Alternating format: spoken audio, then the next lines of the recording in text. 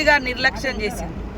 ఇక్కడటువంటి నీళ్లను బయటి ప్రాంతాలకు తీసుకెళ్లడం కోసం వేల కోట్ల రూపాయలు ఖర్చు పెట్టింది తప్ప మనకు ఒక్క పాయింట్ కూడా ఇచ్చి నీళ్ళు ఇవ్వడానికి ముందుకు రాలేదు.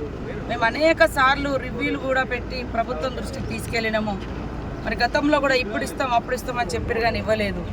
నీటి సంపద ఉన్నది, అటవీ సంపద ఉన్నది, కానీ రాష్ట్రంలో అత్యంత తక్కువ ఆదాయం వచ్చేటువంటి జిల్లాగా ములుగు జిల్లా ఉండడం అనేది కూడా, చివరి జిల్లాగా ఉండడం అనేది కూడా బాధాకరం. ఎందుకంటే ఏ ప్రాంతం అయితే పాడి పంటలతో మరి వర్ధిల్లుతో విరాజిల్లుతుందో ఆ ప్రాంతము అభివృద్ధి పదంలో కూడా ముందుకెళ్తుంది. మనకు అడవులు ఉన్నాయి, నీళ్లు ఉన్నాయి, వ్యవసాయ భూములు ఉన్నాయి, కానీ పంటలు లేక రైతులు మరి ఆదాయం లేక అభివృద్ధిలో దూరమై అంటే వెనుకబడిపోయినటువంటి పరిస్థితి. దీన్ని దృష్టిలో పెట్టుకొని ఈరోజు మరి స్థానికంగా ఉన్నటువంటి ములుగు మండలంలో కొన్ని వేల ఎకరాలకు ఇచ్చేటువంటి భూములకు సంబంధించిన మన నీళ్లు కూడా ఇచ్చుకోలేకపోయినాము. అనేక సార్లు పాపం రైతులు కూడా ధర్నా చేయడం జరిగింది. ఇప్పుడు సిఈ గారు ఇక్కడికి వచ్చి మరి మేమందరం సంబంధిత ఐబీ అధికారులు కానీ రైతుల కోరిక మేరకు స్థానికంగా జంగాల్పల్లి, తర్వాత ఇంచెర్ల, ఇటు కాసిందేపేట ఈ ప్రాంత రైతులకు కొంతమేర కన్నా తాత్కాలికమైనటువంటి నీటి సదుపాయం కోసం ఈరోజు చిన్నగా మరి గేట్లను ఎత్తివేసేటువంటి అంటే ఓపెన్ చేయడం జరిగింది. నేను ఈ యొక్క నీళ్లను స్థానిక ప్రాంత రైతులకు వాడుకోవడం కోసం మరి సీఎం గారు రేవంత్ రెడ్డి గారి దృష్టికి తీసుకెళ్ళి, అదేవిధంగా సంబంధిత శాఖ మంత్రులు ఉత్తమ్ కుమార్ రెడ్డి గారి దృష్టికి కూడా తీసుకెళ్ళి మన ములుగు నియోజకవర్గాన్ని సస్యశ్యామలం చేస్తూ మిగతా ప్రాంతాలకు మనం వ్యతిరేకం కాదు. కాకపోతే కళ్ళ ముందు కాలువలై నీళ్లు బయటికి పోతుంటే ఏదైతే తెలంగాణ నీళ్లు నిధులు మరి స్థానికులకు తెచ్చుకున్నామో ఆ నీళ్ళే మనకు స్థానికులకు అన్యాయం జరిగింది. 100 కిలోమీటర్ల గోదావరి ఉన్న ఒక్కటంటే ఒక్క లిఫ్ట్ ఇవ్వలే 10 సంవత్సరాల టీఆర్ఎస్ పాలనలో.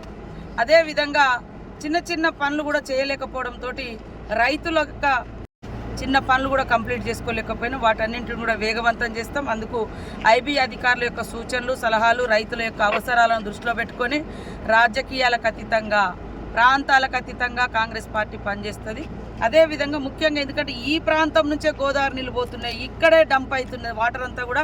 ఇటు లక్నవరం కూడా ఇక్కడే డంప్ అవుతుంది, అక్కడ పాకాల్లో కూడా డంప్ చేస్తున్నాం అంటే స్టోరేజ్ చేస్తున్నాం. కానీ ఆ నీళ్లు అక్కడ డ్రైగా ఉన్నటువంటి కొత్తగూడెం మండలానికి చుక్క నీళ్ళు ఒక్కొక్కసారి తాగడానికి కూడా చాలా కష్టమవుతుంటుంది. కాబట్టి ఈ ప్రాంతాలు 9 మండలాలు ఉన్నాయి ములుగు నియోజకవర్గంలో. ఎంత వీలైతే అంత ఆ యొక్క వాటర్ను కూడా స్థానిక రైతాంగానికి వాడుకునే విధంగా ప్రణాళికలు సిద్ధం చేసుకొని మరి ముఖ్యమంత్రి గారు అదేవిధంగా ఇరిగేషన్ శాఖ మంత్రుల యొక్క సహకారంతో వారి ద్వారా ఈ యొక్క ప్రాంతాన్ని సస్యశ్యామలం చేసి రైతులకు 2 పంటలకు నీళ్ళు వచ్చే విధంగా కృషి చేస్తానని తెలియజేస్తూ ఇప్పుడు రామప్ప ఉంది. రామప్పలో నీళ్లు నింపుతా ఉన్నాం, ఒక్క చుక్క కూడా మన ఏరియాకి నీళ్ళు వస్తలేదు. కానీ నింపడం మూలంగా మాత్రం భూములు మాత్రం మొత్తం మునిగిపోయేది ములుగు ప్రాంత రైతులే. అదేవిధంగా పాకాల్లో నిండితే మొత్తం మన ఊర్లన్నీ కూడా పోతున్నాయి. అక్కడ మరి నేను కూడా ఎక్కువ శాతం పోయినప్పుడు చూస్తే మొత్తం పంటలన్నీ మునిగిపోతున్నాయి. యాసింగ్ ఎత్తమంటే కూడా ఏనెత్తలేదు. ఇంత వివక్షత గత కాలంలో చూసినాము. కానీ ఇప్పుడు అట్లా కాకుండా ఖచ్చితంగా న్యాయంగా ఎవరికి రావాల్సినటువంటి వాటాను వారికి తీసుకుంటూ స్థానిక రైతుల యొక్క అవసరాలే లక్ష్యంగా దాదాపుగా 100 కోట్లు ఖర్చు పెట్టి ఎస్ఆర్ఎస్పి పేర్ల మీద, కాళేశ్వరం పేరు మీద కేవలం ఎస్ఆర్ఎస్పి కాలువ చూస్తే పైన ఉన్నటువంటి చెత్త చెదారం గతంలో మంత్రుల చుట్టాలు వచ్చి ఇక్కడ చేసుకొని పోయారు. కానీ ఒక్క చుక్క నీళ్ళు కూడా రైతులకు రానటువంటి పరిస్థితి ఉంది. ఏమన్నా మాట్లాడితే రాజకీయాలు అంటారు. రాజకీయాలు కాదు, వాస్తవాలు మాట్లాడుతున్నాం.